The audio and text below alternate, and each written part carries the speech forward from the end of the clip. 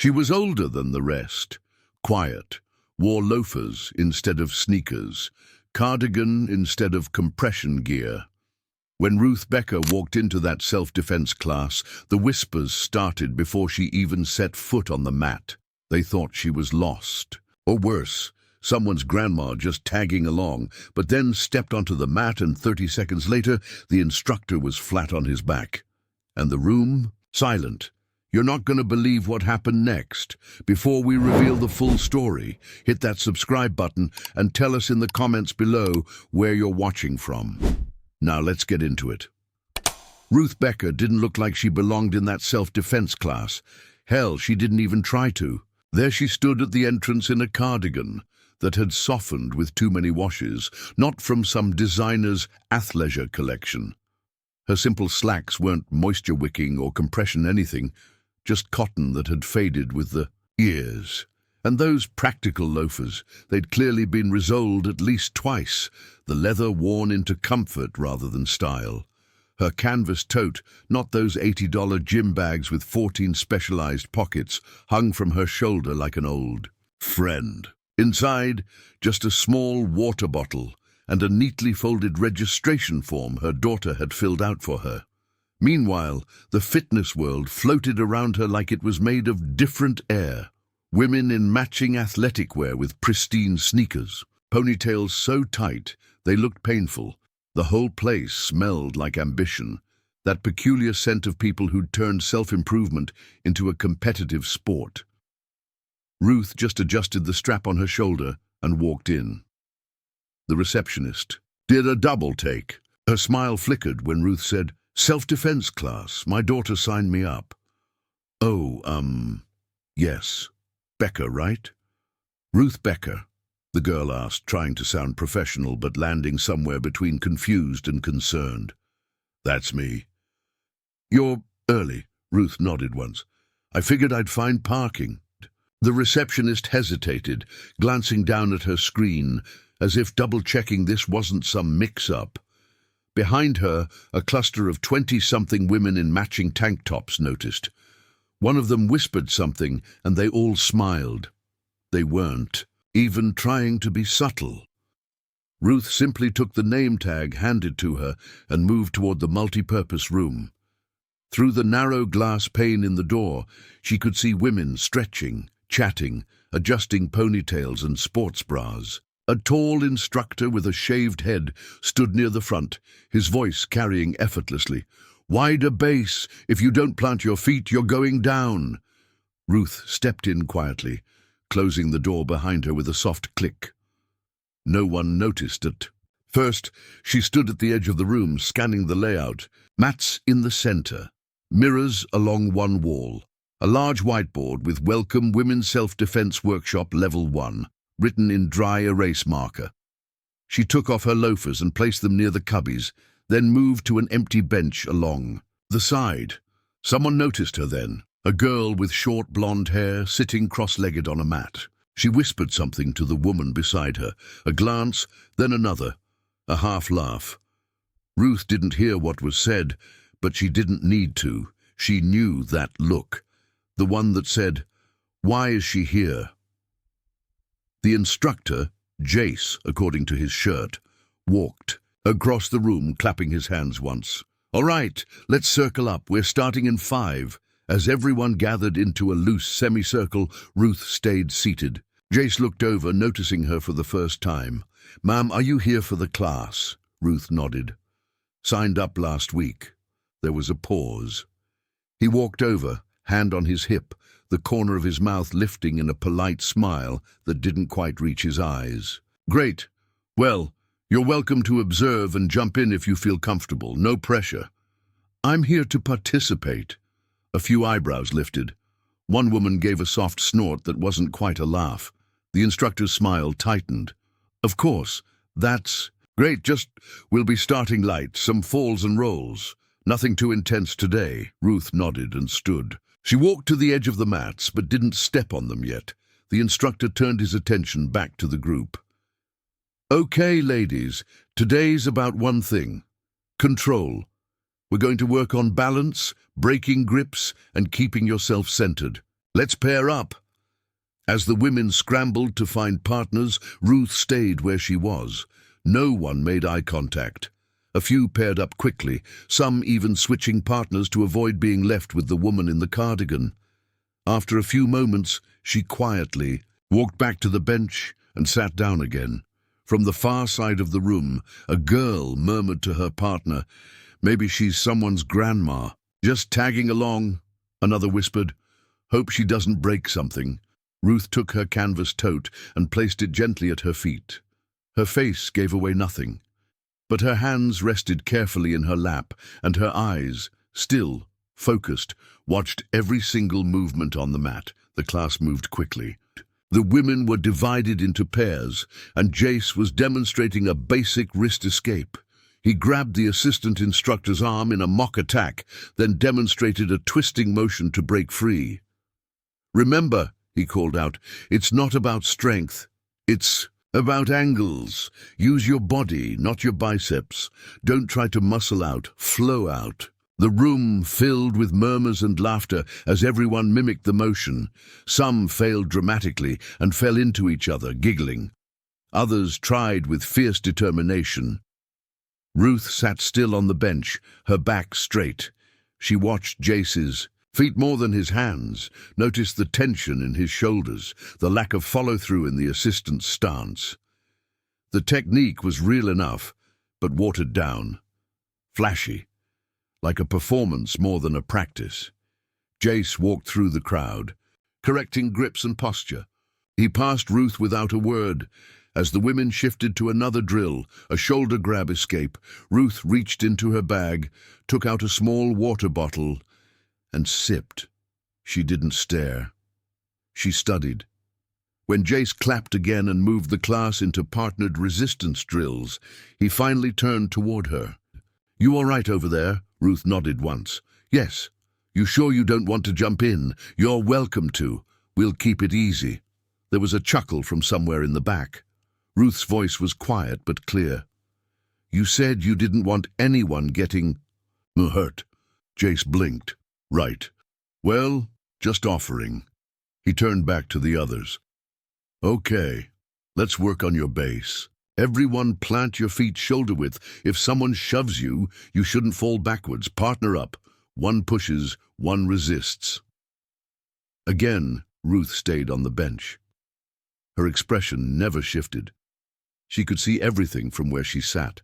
The weak stances, the overcompensating knees, the flailing balance. One woman kept stepping too far back. Another braced her arms stiff like a door about to be kicked open. By the time class ended, the music returned, low and pulsing.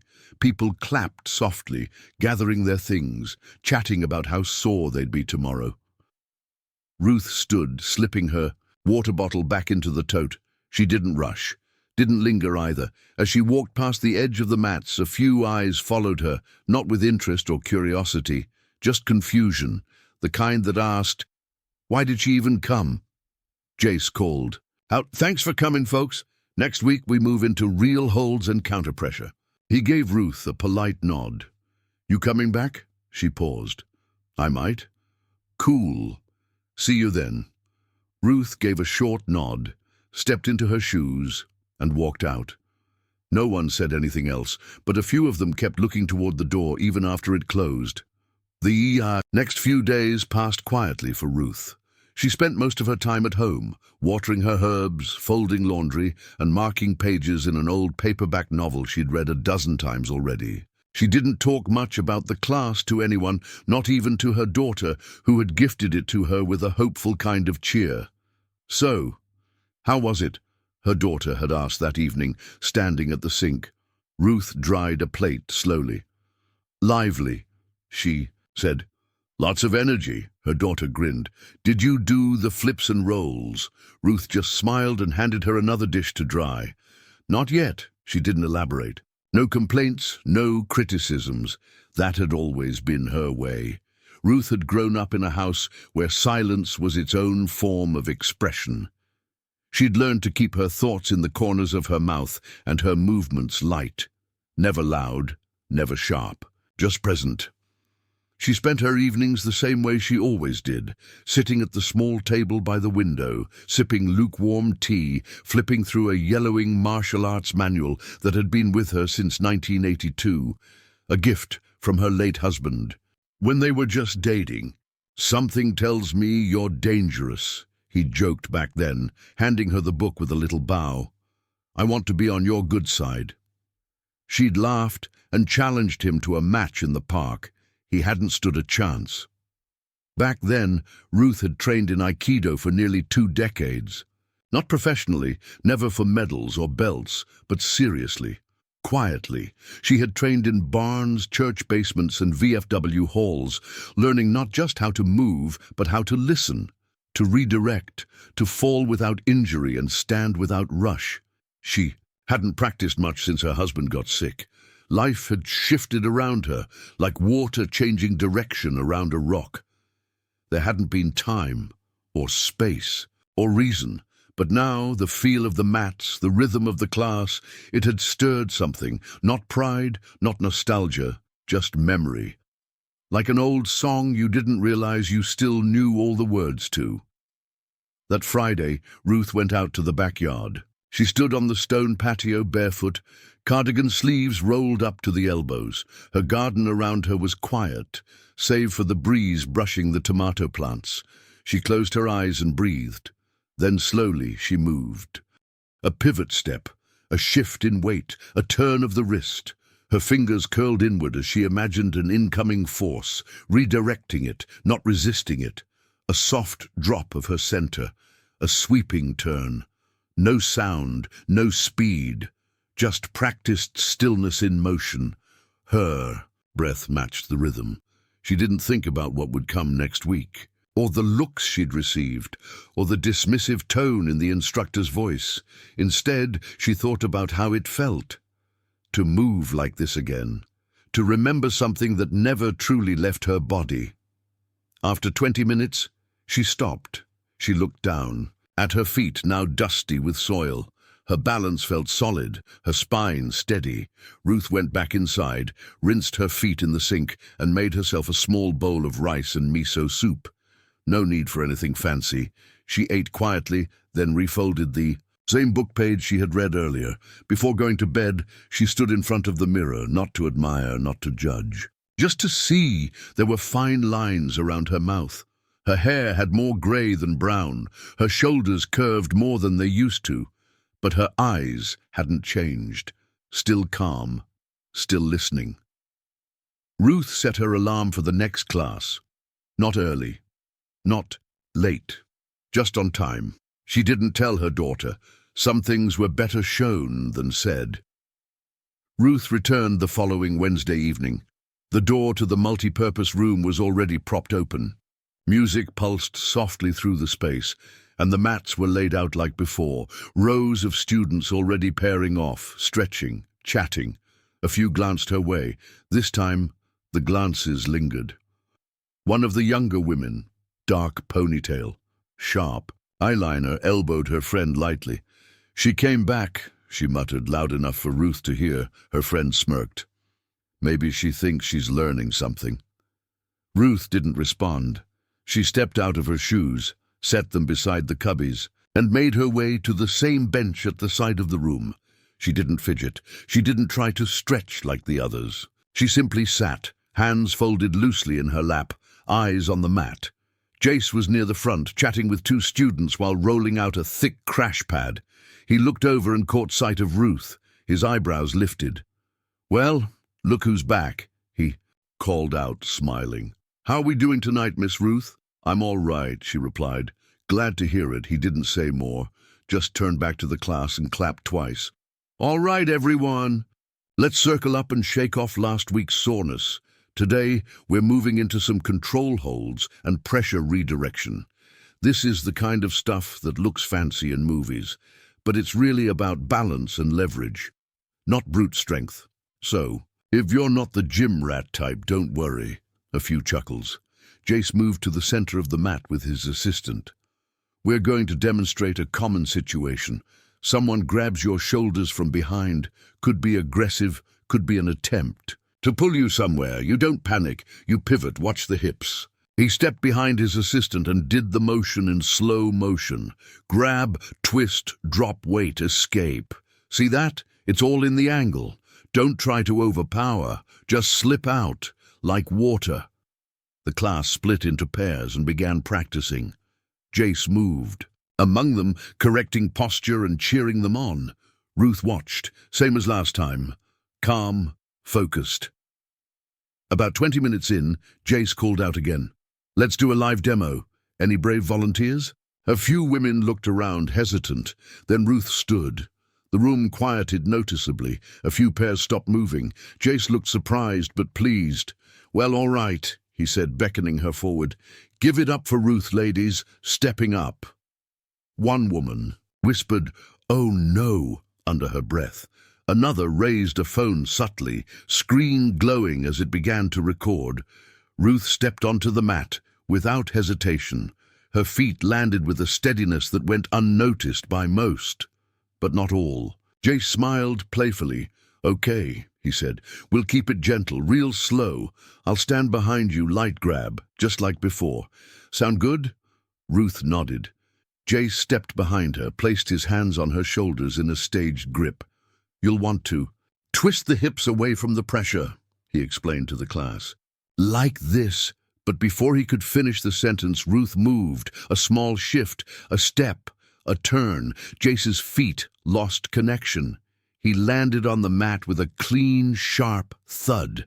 The room froze. For a half-second, no one breathed. Jace blinked up at the ceiling.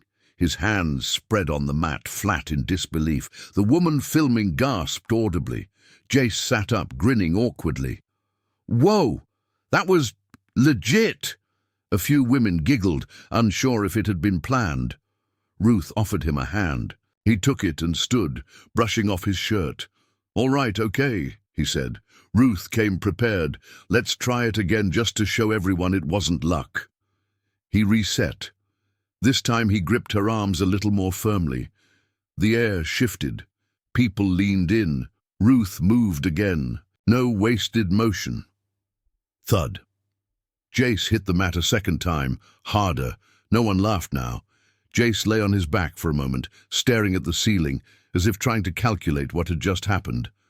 The room was silent. A few of the women exchanged stunned glances. One slowly lowered her phone. Ruth stood still, feet planted neatly beneath her shoulders, hands loose at her sides. She didn't gloat. She didn't smile. She simply waited. Jace sat up, shook his head with a short laugh, and got to his feet. "Okay," he said, wiping a bit of dust off his shirt. "I'm clearly underestimating you." He turned to the class. "So that, what she just did, is a textbook redirection. Not flashy, not forceful, just smart. You feel the grab, shift the center, take them with you." He looked at Ruth, grinning now, genuinely intrigued. "You trained?" Ruth nodded once. "A long time ago?" "You're not just here for a free t-shirt then," he joked. A few of the women laughed. But now their laughter was different. Nervous, uncertain, newly respectful. Someone near the back whispered, "What even was that move?" Another murmured, "She barely moved her feet." Jace motioned to the mat again. "One more, just to walk the class through it?" Ruth hesitated, then gave a small nod.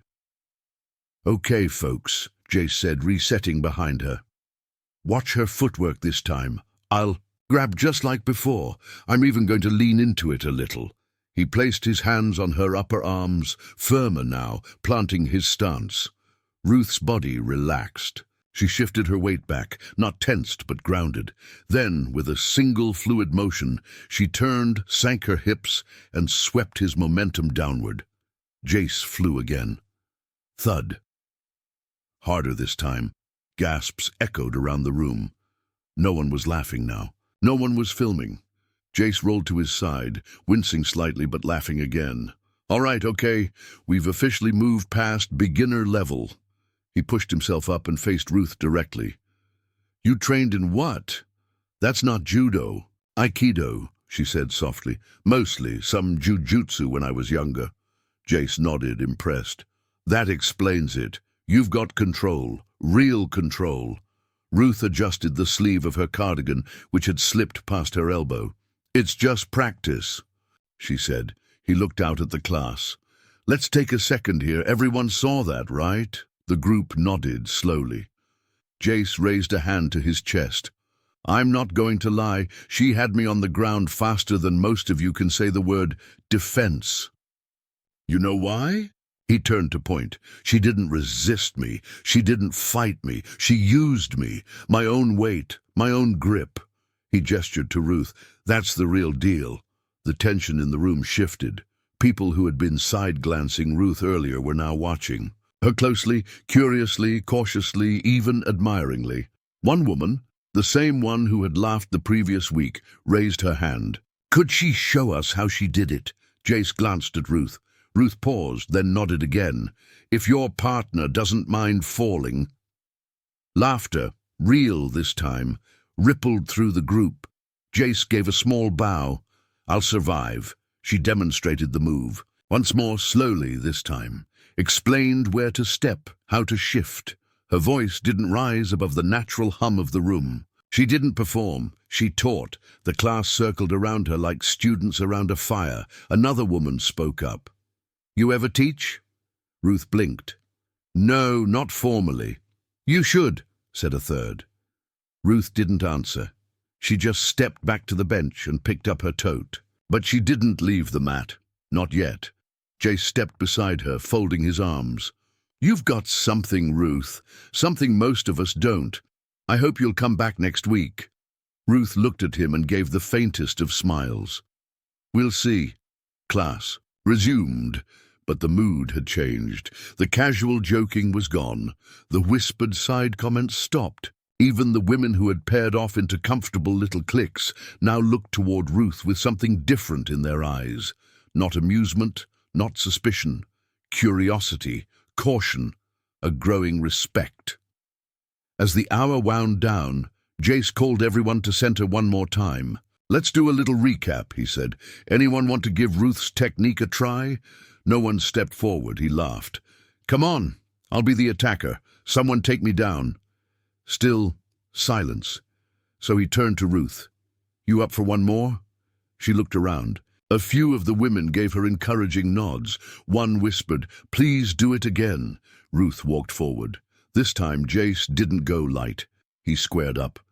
His hands weren't mocking now. They were careful, measured, still respectful, but ready. If he was going to get flipped again, he at least wanted to understand why. He lunged, controlled, but with real weight behind the motion. Ruth didn't hesitate. A step.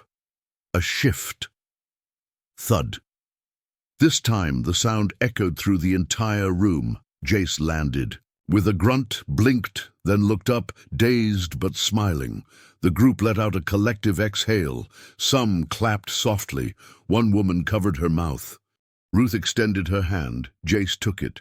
As he stood, brushing himself off again, he looked at her with something approaching awe. You just made my black belt feel like a souvenir. I'm sure you earned it, she said. Jace turned back to the class. That, he said, pointing toward Ruth, is what body awareness looks like. She didn't resist me. She invited me to fall. The women started gathering their things, slower than usual, more thoughtful. One or two lingered near Ruth. The girl who had partnered with her looked reluctant to leave. Thank you, she said. That was different. I didn't feel scared for once. Ruth nodded gently. You moved with purpose. Outside the room, shoes slipped back on, coats zipped, the usual scatter and chatter. But as Ruth stepped through the doorway, Jace stopped her once more. Hey, he said, quieter now. You really coming back next week? Ruth looked at him. Would it help? She asked. He didn't answer right away. Instead, he smiled. It'd be a privilege. She gave the smallest of nods and turned toward the exit. The following week, Ruth arrived 10 minutes early. The door was still locked, but she didn't mind. She stood in the hallway with her tote bag resting against her leg, her hands tucked loosely into the sleeves of her cardigan. The hallway smelled faintly of disinfectant and lemon floor polish. She closed her eyes and breathed deeply, letting the quiet settle. The assistant instructor arrived next, keys jangling. She was younger, probably in her 20s, and looked mildly startled to see Ruth already waiting. "Oh, hi," she said, fumbling for the key. "You're early." "I don't like rushing," Ruth said simply. The girl offered a polite smile and held the door open. "You're welcome to set your things down."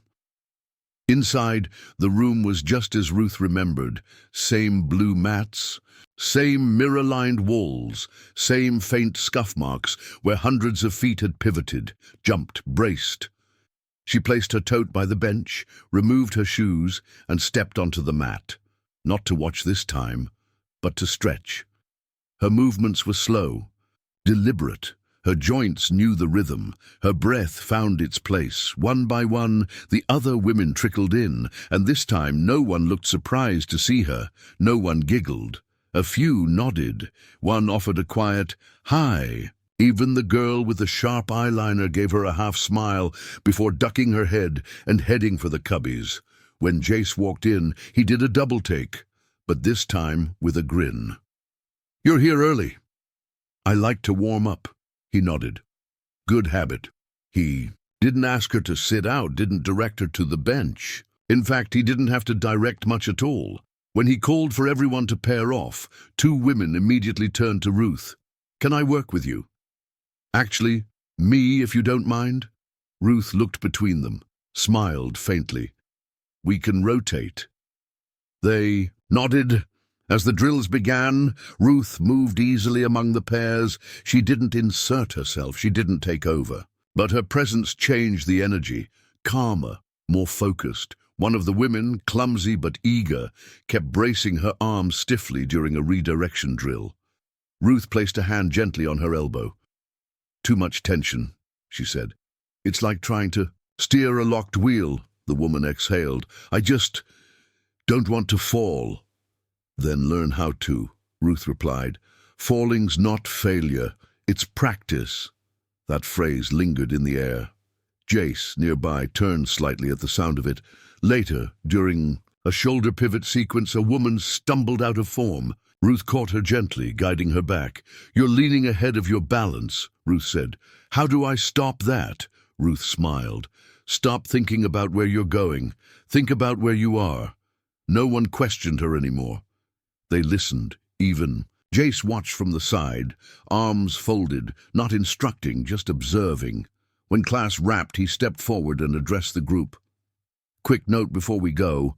Next week, I'd like to run a focus session on centerline control. And I've asked Ruth to help demonstrate." Ruth's eyes flicked toward him, surprised.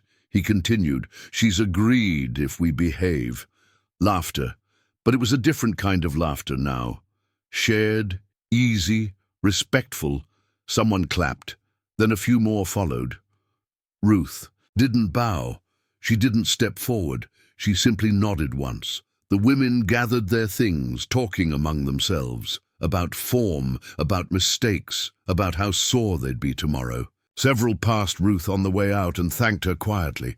One woman, maybe in her 40s, paused and said, "You're not what I expected." Ruth raised an eyebrow. "What were you expecting?" The woman grinned. "Someone I could keep up with." Ruth's smile was slow and dry. "You still can, you just have to stop rushing." She didn't walk faster. She didn't look back. She just left the way she came, quietly, calmly, and completely in control. Have you ever been turned away from something, only to later prove you belonged there all along? Or maybe you've shocked someone who underestimated you without needing to raise your voice. Tell me in the comments. I read every single one. If Ruth reminded you of someone in your life, your mother, your neighbor, your past self, tap the like button. It really helps the channel grow. And if you want more stories about quiet women who don't need permission to be extraordinary, Make sure you're subscribed with the bell turned on so you don't miss tomorrow's video. And hey, if someone in your life has ever been overlooked, dismissed, or underestimated, share this with them. They might need it more than you know. Our other stories should be popping up on your screen now. Go ahead and choose your next one, and I'll see you tomorrow. Same time, same place, with another story that just might change the way you look at the world.